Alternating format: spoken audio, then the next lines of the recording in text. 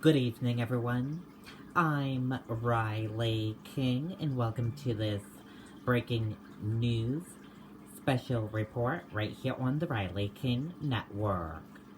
Let's begin. As you know, today in Washington, D.C., at the Capitol building, protesters stormed into the Capitol building and took control, and the Senate and House needed to stop their Trump-Biden transition process to certify the next president of the United States. Eventually, backup came to help the Capitol Police handle the situation of protesters at the Capitol building. Everything has cleared. A curfew is in place in Washington, D.C. that went into effect at 6 p.m. and will be lifted at 6 a.m. tomorrow. The Senate and House are back on the floor, back in session as we are speaking right now. Even though what happened today, they are getting back to work right now to finish what they started today, what got interrupted by the protesters. They are finishing up their work. Trump told them to go home hours after urging them to march on Capitol Hill. Donald Trump held a rally and spoke to his supporters and then told them to march over to Capitol Hill. President Donald Trump is slated to hand over control of the White House to President-elect Joe Biden in 14 days. Here are your top headlines. Pence makes a statement on the Senate floor and reconvenes session. Melania Trump's chief of staff resigns because of protests. Pelosi says Congress has decided to proceed with business tonight.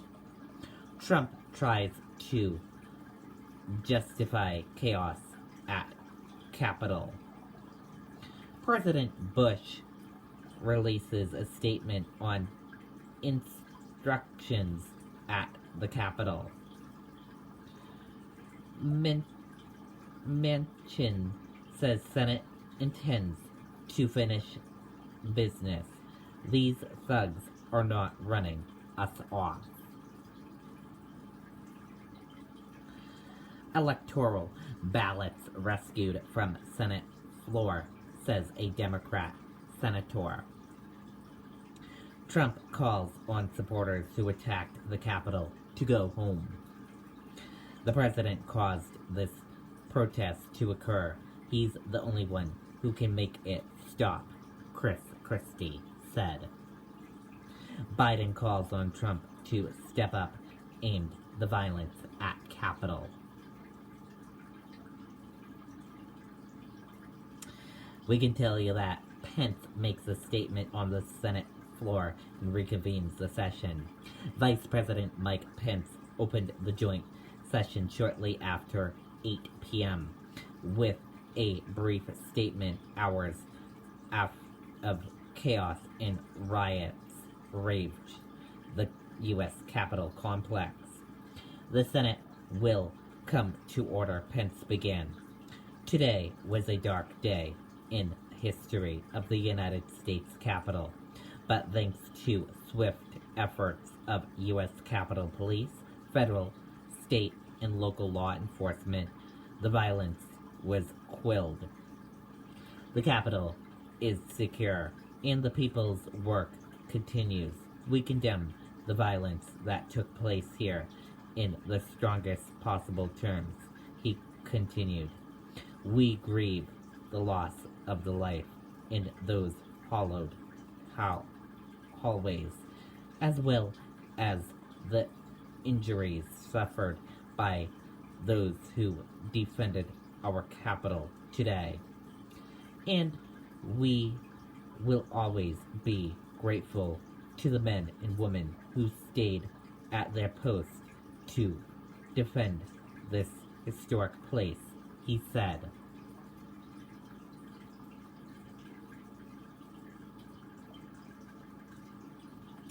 And here is a look at that video. Let's take a listen.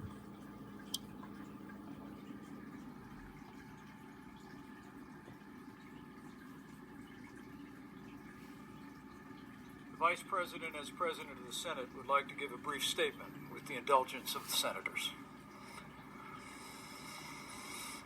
Today was a dark day in the history of the United States Capitol. But thanks to the swift efforts of U.S. Capitol Police, federal, state, and local law enforcement, the violence was quelled. The Capitol is secured, and the people's work continues. We condemn the violence that took place here in the strongest possible terms.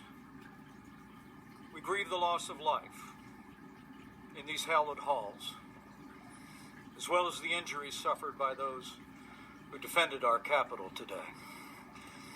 And we will always be grateful to the men and women who stayed at their posts to defend this historic place.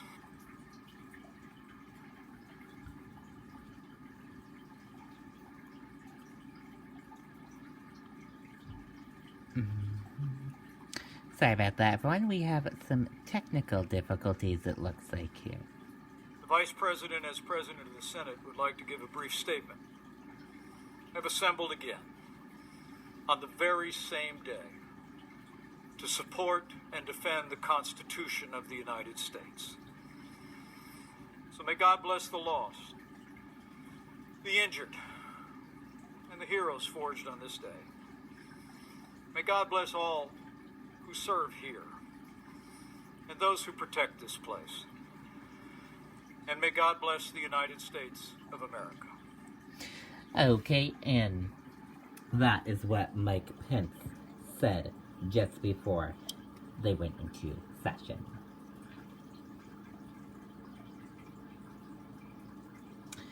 We can also tell you that we are learning that Melania Trump's chief of staff resigns because of protest.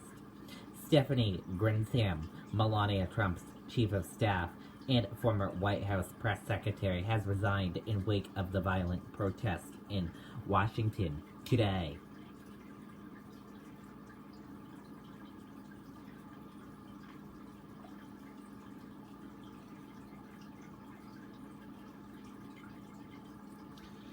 Also, McConnell says U.S. Senate will not be interrupted as the session resumes.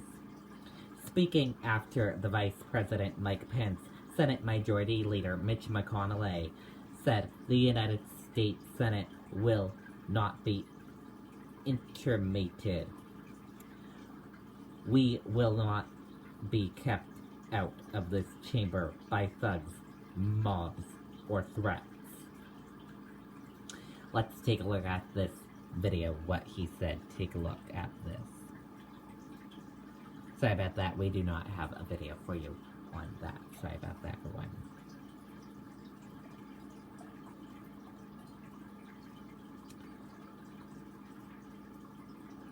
He also said, we are back at our posts. We will discharge our duty under the Constitution and for our nation, and we are going to do it tonight, he said.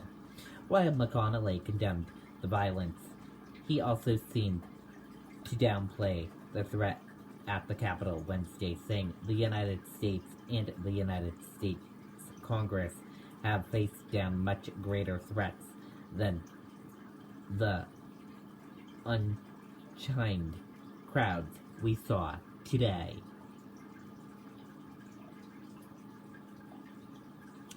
And, let's take a look at some ABC News coverage right now for a little bit.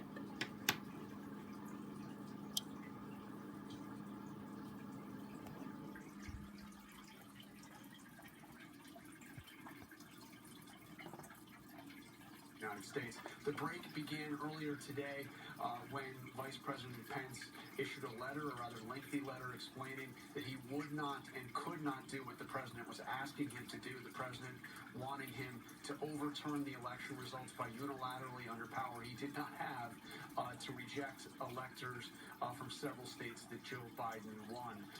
But George, I can tell you that shortly after all of this unfolded today with the storming of the Capitol, Republican leaders started to work the phones, work in person, to try to get the Republican objectors to drop their objections. This is something I am told that Kevin McCarthy, the Republican leader in the House, who had supported the objectors, was among those in Republican leadership trying to get his colleagues to say enough is enough, that we must continue this, drop the objections, and get on with certifying Joe Biden as the winner. John Carl, thanks very much. Let me bring Chris Christie on this. There does appear to be...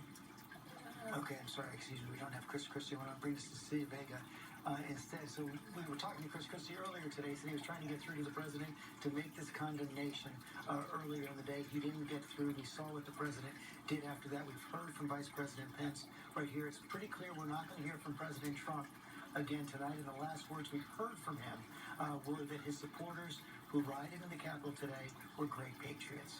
And if we were expecting to hear from him on social media, that's not going to happen now, George, because his accounts have been shut down, particularly on Twitter, for the next 12 hours, because he's essentially being accused of spreading these lies and dangerous information that we've been hearing from him. And he has been sending this mixed message to supporters, saying, go home, but in the same breath saying, we love you, and yet then continuing to spread these lies. You know, the people who were in the president's inner circle spent much of the day trying to get through to him. They couldn't reach him. He was in a bunker, essentially, not literally, but bunkered up and hunkered down, and not talking to so many people who are traditionally and typically in his inner circle. And they wanted to tell him, you have to go on camera. You have to address the nation. You have to condemn what you are seeing, and you have to tell these rioters, this mob, this group of anarchists, as many people are calling them, to leave the Capitol. And that is not what he did. He had a camera outside of the White House and spoke directly to it and did a taped message, and then did a couple of these tweets that really tried to have it both ways, frankly, to tell them that what they were doing was wrong, but that in the same breath he loved them, and essentially saying that they are defending this election that he still feels was very much stolen from to him. So he's going down swinging, but the one thing we have learned in covering Donald Trump all of these years, George, is that no one can tell Donald Trump what to do. Donald Trump is his own boss, and it seems that he will be that way until the very end of his presidency. 14 days to go. I want to go back into the streets of Washington, D.C. right now. The Senate is back in business. House expected to go back at 9 p.m. tonight. A curfew was put in place at 6 p.m. in Washington as the protesters and rioters were being cleared from the Capitol. Rachel Scott there at the Capitol right now. What's happening? Well, George, after hours of chaos, the Capitol is now finally secure. But again, it took hours. The National Guard is now on the scene. They are on the ground here, more than 1,100. They came in from nearby areas like Maryland and Virginia. And that curfew, as you mentioned, is now in place. We heard the announcement warning people that if they do not go home, if they do not leave the grounds here, that they would be arrested. And so now we are one of the few people that are actually still here on the Capitol grounds, other than the federal authorities that are, of course, here. We have watched them make their rounds around this building. You know, the president made law and order a cornerstone of his campaign. And as Lindsay referenced earlier, I covered the protests here in D.C., and we did see a large police presence during that time, during those peaceful demonstrations over racial unrest in this country. This time, it was anything but a law and order here today. We watched as police here on the ground were overwhelmed by those mobs of crowds trying to storm and get in and break in to the U.S. Capitol. And tonight there are some serious questions about why this building was left so vulnerable. And by the time the president did issue his words, telling his supporters to go home, the damage was already done, George. Rachel Scott, thanks very much. Let's bring up Pierre Thomas, our Chief Justice Correspondent. Pierre, again, this should not have been a surprise. There was lots of chatter about the possibility of protests turning into violent protests in Washington, D.C. There's been great concern since the election, even before the election, about the rise of anti-government, white supremacist protesters across the country, yet the Capitol was breached today. Indeed, George. And while some of the law enforcement officials, particularly those inside the building, did protect members of Congress. Some were injured, we're told. But make no mistake, this was a massive law enforcement failure. And the issue is, why were the protesters, rioters so easily allowed to go past those barriers? We know that they used chemical irritants against the officers, and then they were able to force their way inside the Capitol. As Rachel and others have talked about, think about this summer when Black Lives Matter and some of the other protesters were in town. You saw large contingencies of officers. And again, standard law enforcement procedure, when you think that there might be some kind of disturbance, is to have a show of force, George, to basically tell everyone involved, don't try it, you will not be successful. For some reason, the perimeter of the Capitol did not have the necessary law enforcement personnel. I can guarantee you in the days after this, there will be some examination of what happened. Now, law enforcement tonight will begin to dissect who were some of the primary players. Were there some white supremacists involved today? Who were these people? Were there anarchists? Were there people trying to take advantage of the situation? Those are the kinds of questions law enforcement officials will begin to dig in tonight as they continue to investigate here. The one good thing the sources are saying is that they cleared that building. They're very confident that Congress can do their work that they need to do, but lots of questions remain about who was involved. Some of these people clearly came with riot gear. They had helmets on. They had chemical irritants. There are lots of questions as to why the intelligence was not followed up on, George. That's one question. The second question, we heard, Pierre, that Chuck Schumer called this a day of infamy, a modern day of infamy, ranking with December 7th, 1941. I was talking with Jonathan Greenblatt of the ADL earlier today, who said this day will be seen, looked back on, as a day of a great victory by the followers of these movements. Well, indeed. One of the things law enforcement officials have been telling me for quite some time, George, is that words matter. The rhetoric that comes out of Washington matters. And we already knew that Washington was a magnet for people who have grievances from time to time. And officials have been telling me time and time again, when you hear things like the election was stolen and the other, people always portray as the other, that they felt that one day there would be a moment like this where the people would show up and do something that was unthinkable. And today, George, it was almost like the law enforcement officials outside just could not fathom that these people would force their way inside the building. Pierre Thomas, thanks very much. John Carl, you have fresh reporting on the president's involvement on these law enforcement activities? Yeah, this is really something, George. There was a question of whether or not the National Guard would be mobilized to deal with the protesters. And as the storming of the Capitol was happening, we are told, our team, that President Trump rebuffed efforts to authorize the National Guard to come in, to bring the National Guard in. All throughout the afternoon, he resisted, refused to authorize or to agree to the authorization of the National Guard to come in. And he was only moved to change his mind on that after the intervention of other White House officials who told him that for the sake of the country, the National Guard needed to be called in and convinced him and urged him that if he did not do this, the situation would get worse. The situation would become more dire and would spread beyond Washington, D.C., and he finally agreed to do it. John Carl, I don't have to remind you, how many times last summer did the president call Democratic mayors and governors weak for not calling the National Guard to take on Black Lives Matter protests? I mean, over and over again, throughout the protests after the killing of George Floyd, this was his theme over and over again. If only they would call in the National Guard. I'll do it if they won't do it. You've got to be tough. At one point, you remember him repeating the racist phrase, when the looting starts, the shooting starts. It was all about being tough about the mobs and the thugs. And here you saw mobs and thugs storming the Capitol of the United States, and the president refused for some time to agree to authorize the National Guard to come in to restore order. That is a stunning piece of news right there, John. Thank you very much. I want to go to Martha Raddatz. Martha Raddatz, you were out in the streets with the protesters. Today, you were out in the streets among the Black Lives Matter protesters this summer. Describe what you saw, what you heard.